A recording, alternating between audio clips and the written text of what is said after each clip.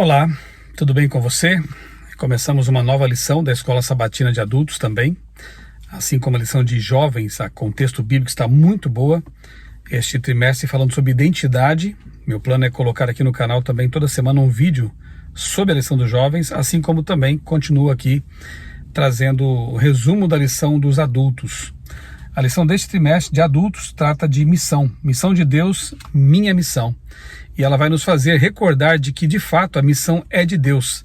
Deus sempre esteve envolvido nesse projeto, nessa missão de salvar a humanidade, de salvar cada ser humano, de salvar você e a mim.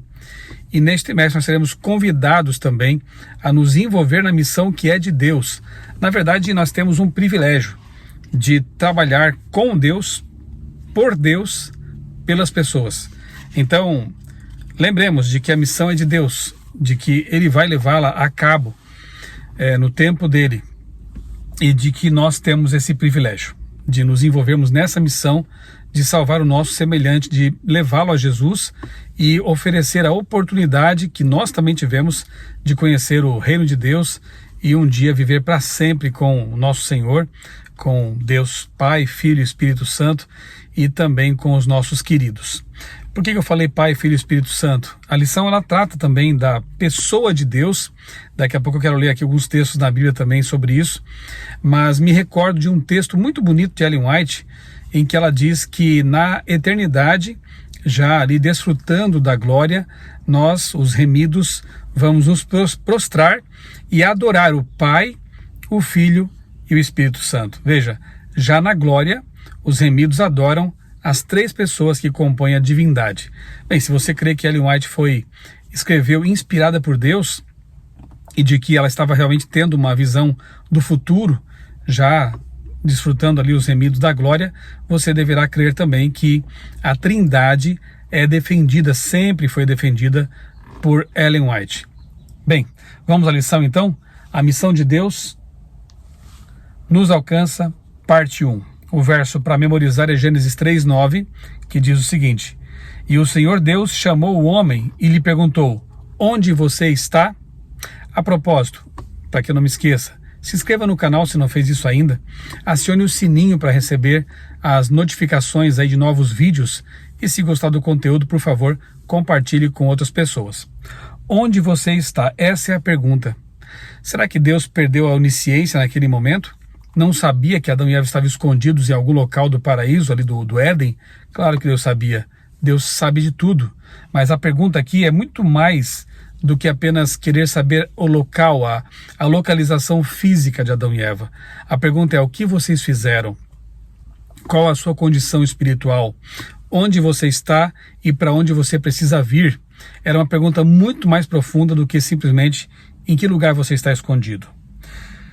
Aqui na introdução já diz que mesmo depois que o pecado entrou, seguiu Deus com a sua missão, porém o alvo agora era restabelecer seu relacionamento com a humanidade. Deus toma a iniciativa. Quando Adão e Eva pecam, Deus ele vem ao jardim e busca seus filhos. No fim, a missão de Deus será cumprida. Por isso, devemos estar motivados na obra de proclamar o Evangelho eterno ao mundo. Antes de entendermos a missão de Deus, é essencial entendermos melhor o Deus da missão. E é o tema da lição desta semana que eu achei realmente maravilhoso. Começou muito bem. Depois nós vamos ver aqui, ao longo do trimestre, a missão de Deus nos alcança a parte 2, o chamado de Deus para a missão, compartilhando a missão de Deus, desculpas para evitar a missão, motivação e preparo para a missão, e assim vai. Fica também aqui um apelo da lição, de que nós pensemos em projetos missionários pessoais. O que pode ser feito aí na sua rua, na sua escola, no seu trabalho? Que tipo de missão você pode desempenhar, desenvolver, empreender aí no local onde você está plantado, onde você vive? Possivelmente o círculo de amizade que você tem não seja alcançado por outras pessoas. Você tem influência sobre pessoas que o pastor, o ancião da igreja, outras pessoas talvez não tenham. Então, peça a Deus que lhe mostre onde atuar, o que fazer, como se envolver na missão. Que esta lição aqui, este trimestre, seja realmente um convite para que nós nos envolvamos na missão de Deus. Domingo, o Deus que nos alcança, Gênesis 3, 9 a 15, é o texto de leitura para domingo, né? Quais foram as principais palavras de Deus a Adão depois que ele e Eva caíram e por que essa declaração é tão significativa teologicamente até os dias atuais. Aquele momento mudou o plano e o propósito originais de Deus para o recém-criado planeta Terra.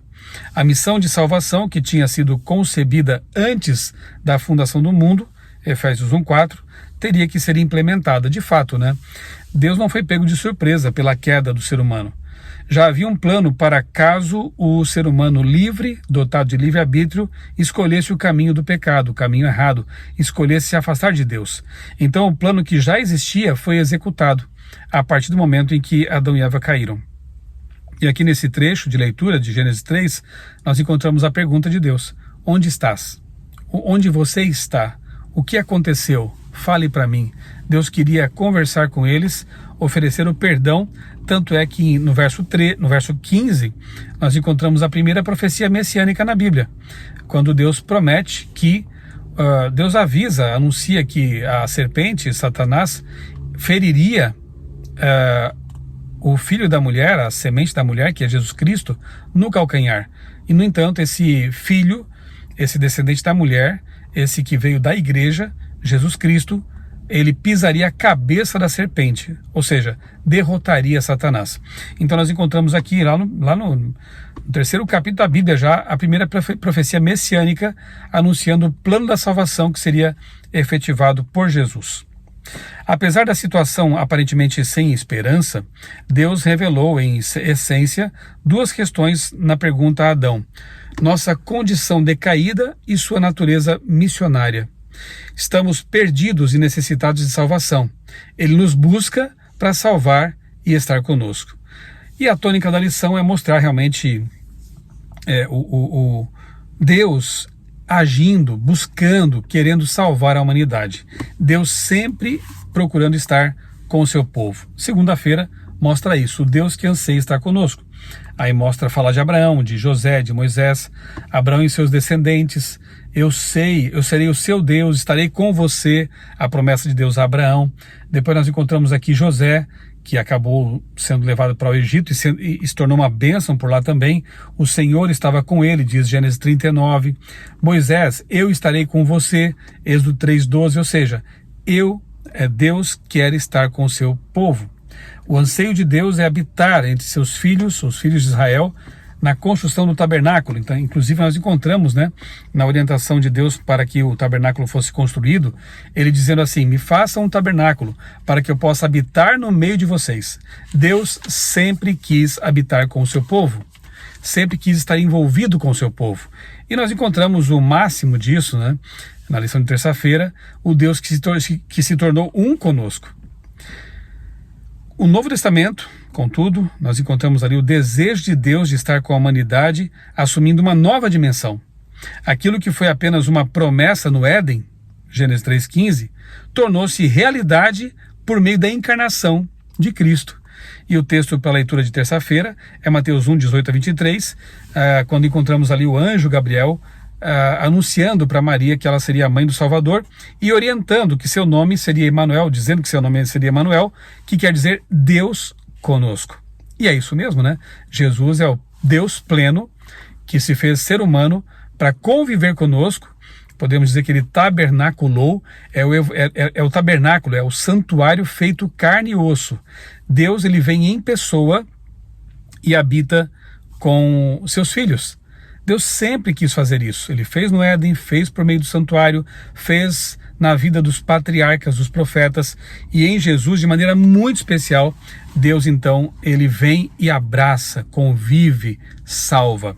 Eu quero aproveitar agora aqui para rapidamente ler, não está na lição, mas eu quero assim, quem sabe complementar esse estudo, para mostrar que realmente a divindade esteve envolvida na salvação da humanidade, que há um Deus triuno, que Deus, ele se manifesta em 3 pessoas, como está na fórmula batismal. Depois eu vou falar um pouquinho mais dessa fórmula batismal. Mas aqui em Isaías 48, quero que você, se tem a sua Bíblia aí, como eu tenho aqui na minha mão, leia comigo. Eu vou ler alguns versos apenas, para não tomar muito tempo aqui. Não estou aqui desviando o assunto da lição, estou apenas confirmando o fato de que a Trindade esteve envolvida em nossa salvação. O verso 1 diz: escutem isto, casa de Jacó, vocês que se chamam pelo nome de Israel e saíram da linhagem de Judá. Vocês que juram pelo nome do Senhor e confessam o Deus de Israel, mas não em verdade nem em justiça. Há uma repreensão nesse capítulo aqui a Israel que havia se afastado de Deus. Enfim, aí o verso 2 diz: da santa cidade tomam um nome e se firmam sobre o Deus de Israel, cujo nome é Senhor dos Exércitos. Olha só o que diz o verso 3 agora. Desde a antiguidade, o Senhor dos Exércitos aqui vem do hebraico Adonai Tsevaot. E Adonai é o equivalente a Yahvé, ou seja, indiscutivelmente, o Senhor dos Exércitos aqui é Deus, o Deus Criador, Yahweh ou Yahvé. Desde a antiguidade anunciei as primeiras coisas. A minha boca as pronunciou, eu as fiz ouvir, de repente agi e elas se cumpriram. Ou seja, quem está falando aqui neste capítulo não é o profeta Isaías, não é um ser humano, é um ser divino.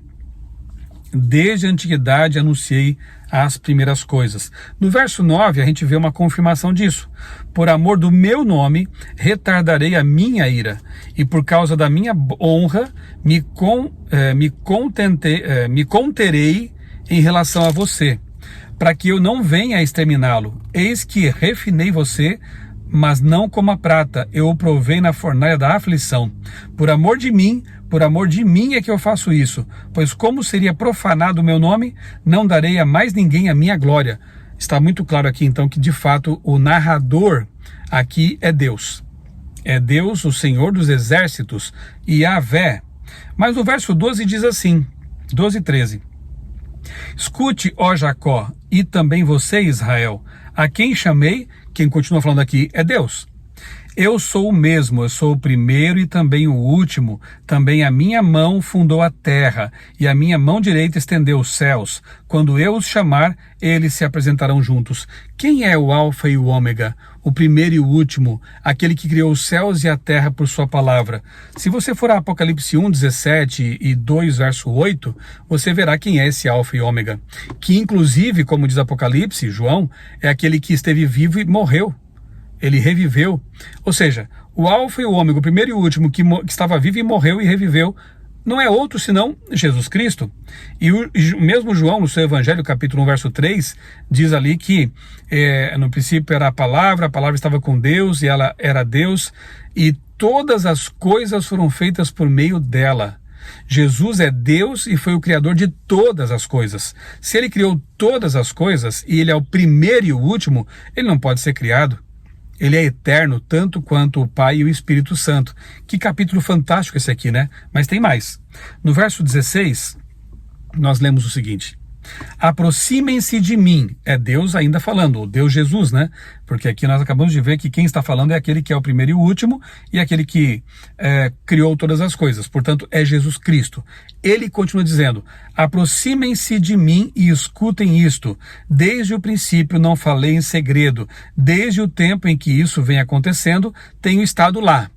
Bem, e ele diz mais: agora o Senhor Deus, de novo Adonai, do verso 2 lá, o Senhor Deus enviou a mim, quem que está falando? Jesus, e o seu Espírito. Aqui no verso 16 encontramos a Trindade. Que incrível, né? Aqui Jesus está dizendo que Deus, o Criador, a Trindade, enviou a Ele mesmo, Jesus, e também o Espírito Santo. Aqui nesse verso encontramos uma distinção, inclusive, entre Jesus e o Espírito Santo.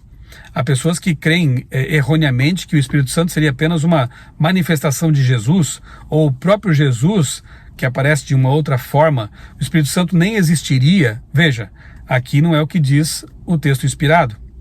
Não é o que diz o próprio Jesus. Jesus, que está falando aqui no capítulo 48 de Isaías, diz que ele foi enviado por Deus e o Espírito Santo também foi enviado por Deus. Ou seja, nós temos aqui as três pessoas. Nós temos o Pai, o Filho e o Espírito Santo. A Trindade manifestada aqui. O verso 17 diz: assim diz o Senhor, o seu Redentor, o Santo de Israel, eu sou o Senhor, o seu Deus, que ensina o que é útil e o guia pelo caminho em que você deve andar. Amém? Se nós formos para o Salmo 90, volte um pouco aí na sua Bíblia, nós encontramos também um texto bem interessante.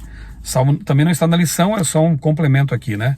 O Salmo 90, abra aí sua Bíblia nesse Salmo, nós vemos aqui algo ser dito a respeito da eternidade do nosso Deus. É um assunto bem conhecido, né? Aqui diz assim, ó, vou ler dos versos 1 até o 4. Senhor, Tu tens sido o nosso refúgio de geração em geração. Antes que os montes nascessem, Tu formasses a terra e o mundo, de eternidade a eternidade, Tu és Deus. Vou ficar com versos 1 e 2 aqui. De eternidade a eternidade, ou seja, uma eternidade para trás, digamos assim, e uma eternidade para frente, digamos assim, ou seja, para todo sempre. De eternidade a eternidade, Tu és Deus. Esse é um verso, um texto bíblico, Salmo 90, que afirma a eternidade absoluta de Deus. Mas o curioso é que em Mensagens Escolhidas, volume 1, página 248, Ellen White diz o seguinte: aqui, fazendo referência ao Salmo 90, aqui se apresentam a pré-existência de Cristo e o propósito de sua missão, de sua vinda. Aqui se apresentam a pré-existência de Cristo. Se você crê que Ellen White foi uma autora inspirada, como eu creio, você vai ter que admitir que ela está se referindo aqui, aplicando esse verso aqui a Jesus. De eternidade a eternidade, Tu és Deus. Aqui se apresenta a pré-existência de Cristo. Ele, Jesus, é eterno, tanto quanto o Pai e o Espírito Santo. Dizer algo diferente disso é rebaixar Jesus. Dizer algo diferente disso é distorcer a palavra de Deus, a Bíblia Sagrada, e aquilo que Ellen White também escreveu, porque ela afirma que Jesus é eterno, tanto quanto o Pai e o Espírito Santo. E no livro, e na Sign of the Times, de 3 de maio de 1899, Ellen White escreveu: Jeová é o nome dado a Cristo. Interessante, não? Bem, fechando aqui esse longo parênteses, fica claro que Deus conosco na pessoa de Jesus é isso mesmo. Deus, ele veio, ele encarnou em Jesus para estar conosco. Sinceramente, eu não creria no amor de Deus se ele tivesse feito algo assim. O ser humano pecou, caiu. Então eu vou criar um outro ser para ir lá morrer por eles. Se você visse a sua casa pegando fogo e lá dentro seus filhos, você pediria para o vizinho ir salvá-los? Ou você enfrentaria as chamas por amor deles? Eu creio que a resposta é óbvia. Se você é um pai que ama de verdade, você daria a vida para salvar seus filhos. Foi isso que Deus fez. Eu não creria no amor de Deus se ele tivesse feito um ser, uma divindade posterior, um semideus ou coisa parecida, para vir aqui morrer por nós. Mas eu amo de todo o meu coração o Deus que veio na pessoa de Jesus Cristo morrer por mim. Deus veio morrer por mim. Deus veio me abraçar, viver aqui conosco. Deus sujou seu pé no pó deste mundo. Isso é maravilhoso demais. O outro texto que a lição de terça pede para ler é João capítulo 1, versos 14 a 18. E eu aproveito para mencionar de novo aqui João 1 a 3 também, né? Que no princípio era o verbo, ele estava com Deus e ele criou todas as coisas. E do 14 a 18 é dito que o unigênito do Pai, cheio de graça e de verdade, veio e cumpriu as profecias. O Filho de Deus, o único Filho de Deus. E ele torna-se filho porque ele encarna e vem à terra para morrer por nós. O Deus que continua a estar conosco é a lição de quarta-feira. Em 3 anos e meio, Deus revelou mais sobre quem Ele é e sobre a essência de sua missão do que em tudo que havia feito por nós ou por outros métodos nas gerações anteriores, porque Jesus é a suprema revelação de Deus. Ele foi a revelação máxima de Deus. E aí o verso é João 3,16, tão conhecido, né? Deus amou o mundo de tal maneira que deu o seu Filho unigênito, Filho único, único de sua espécie, é o que quer dizer a palavra aqui traduzida por unigênito. O único de sua espécie. Jesus é único porque não existe outro ser que, sendo Deus pleno, se faz um ser humano. Não existe um outro ser que, sendo Deus, encarna para vir salvar a humanidade. Jesus é único. E realmente é o único de sua espécie. todo aquele que nele crê não pereça, mas tenha a vida eterna. Durante a Páscoa, a qual apontava para a liberdade da opressão egípcia, Jesus, o Deus encarnado, entregou a vida para nos libertar da escravidão do pecado. Que bonito isso, né? No dia da Páscoa, quando os hebreus celebravam a libertação do Egito, a terra do pecado, a terra da opressão, Jesus, ele morre na cruz para nos libertar de uma opressão muito maior, a opressão do pecado, nos dar a libertação do pecado e a possibilidade de uma vida de santidade com Ele. Leia Mateus 28, 18 a 20, qual a promessa encontramos aqui da grande comissão? Que texto lindo, né? Eu vou ler com você, vamos aqui relembrá-lo, Mateus 28, 18 a 20. E aqui também encontramos uma evidência tão clara da Trindade, que aos antitrinitarianos, aqueles que negam a Trindade, só resta uma desculpa: dizer que esse texto não é autêntico. Já ouvi isso, né? O que é um absurdo, já vou comentar por quê. Dizer que esse texto aqui de Mateus 28, a comissão que Jesus entrega à sua igreja, seria um texto apócrifo, um texto não autêntico. Não faz sentido isso, mas já vou dizer por quê. Vamos antes aqui ler o texto que está na Bíblia, Mateus 28, 18 a 20. Diz assim: Jesus, aproximando-se, falou-lhes: toda a autoridade me é dada no céu e na terra. Portanto, vão e façam discípulos de todas as nações, batizando-os em nome do Pai, do Filho e do Espírito Santo, ensinando-os a guardar todas as coisas que tenho ordenado a vocês. E eis que eu estou com vocês todos os dias, até o fim dos tempos. Amém.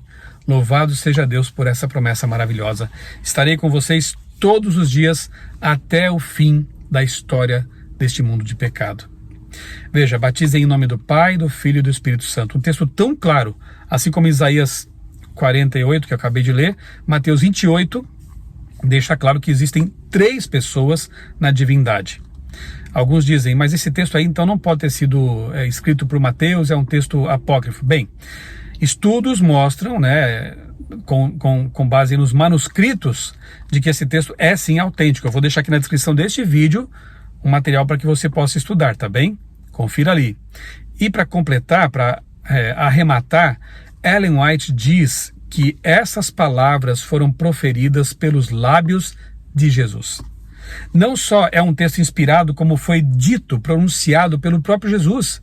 De novo, se você crê que Ellen White é uma autora inspirada, você tem que aceitar o fato de que, segundo ela, essas palavras foram ditas pelo próprio Cristo. Não é um texto apócrifo, não se trata de um texto acrescentado depois, é um texto inspirado por Deus, proferido por Jesus. E aqui encontramos a promessa de que Ele estará conosco todos os dias até a consumação do século. Ele vai nos acompanhar enquanto cumprimos a missão, enquanto fazemos o que Ele mandou ser feito aqui nesse texto: pregar o Evangelho, ensinar as pessoas, discipulá-las. Quinta-feira, Deus voltará para nos buscar. João 14, 1 a 3, você deve conhecer de memória isso, né? Não se turbe o coração de vocês, não fique pesado o coração de vocês. Creio em mim, creio também em Deus. Na casa de meu pai há muitas moradas. Se não fosse assim, eu teria dito: vou preparar um lugar, e quando eu for e preparar, voltarei e receberei vocês para mim mesmo, para que onde eu estou, vocês estejam também. Que promessa maravilhosa!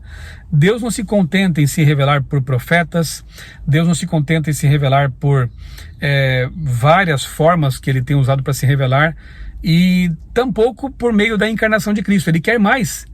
Ele quer se revelar pessoalmente a todos nós. Por isso que João diz, né, que Deus mesmo estará com eles. Um dia, em breve, eu creio assim, nós veremos a Deus em sua glória. Nós estaremos com Ele para sempre. Essa é a promessa que Deus nos faz. Então ouvi uma voz forte que vinha do trono e dizia: eis o tabernáculo de Deus com os seres humanos. Deus habitará com eles. Eles serão povos de Deus, e Deus mesmo estará com eles e será o seu Deus. Eu gosto do fato de João ter usado a palavra mesmo. Deus em pessoa, Deus mesmo estará com eles. Nós viveremos para sempre com o nosso Deus. Aí se cumprirão as promessas, aí a missão de Deus estará completa. A lição traz aqui, toda semana eu acho que vai trazer isso aqui, um desafio pessoal, um desafio semanal. Desafio: ore a cada dia para que Deus o motive a fazer parte da missão. Desafie-se, aprenda o nome de alguém que você ainda não conhece. um vizinho, um colega, comerciante ou outra pessoa. Ore pela pessoa escolhida todos os dias. Eu digo mais, faça uma oração corajosa que é a seguinte: Senhor, coloque em meu caminho alguém para quem eu possa falar da Tua palavra, para quem eu possa partilhar o que eu conheço, com quem eu possa compartilhar meu testemunho, e coloque-se à disposição de Deus, quem sabe, para dar um estudo bíblico para essa pessoa. Eu tenho feito essa oração há muitos anos e Deus tem cumprido. Sempre ela se cumpre. E é uma bênção estar envolvido na missão, é um privilégio. A gente cresce espiritualmente, cresce na fé. Como é maravilhoso ver a atuação do Espírito Santo na vida das pessoas. A nossa fé se renova quando vemos Deus transformando outra pessoa por quem estamos trabalhando. E envolva-se na missão, porque Deus se envolveu nela. Deus, ele se envolveu de um modo que não poderia haver outra forma mais profunda de envolvimento.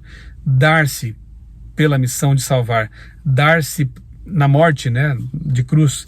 Então envolva-se você também. Deus nos ajude a ser missionários o tempo todo. Vamos orar? Querido Deus, maravilhoso Pai, muito obrigado, Senhor, por mais essa lição preciosa em que vamos estudar durante um trimestre sobre a missão. Ajuda-nos, Pai, a não apenas entender, compreender e estudar, mas também colocar em prática, e que essa lição seja um chamado para a Tua igreja, a fim de que ela se envolva nessa reta final de pregação do Evangelho antes que Jesus volte. Nós oramos e te agradecemos por tudo. Em nome dele, nosso Senhor e Salvador Jesus Cristo. Amém. Um abraço para você e que Deus abençoe grandemente a sua vida e também a sua família.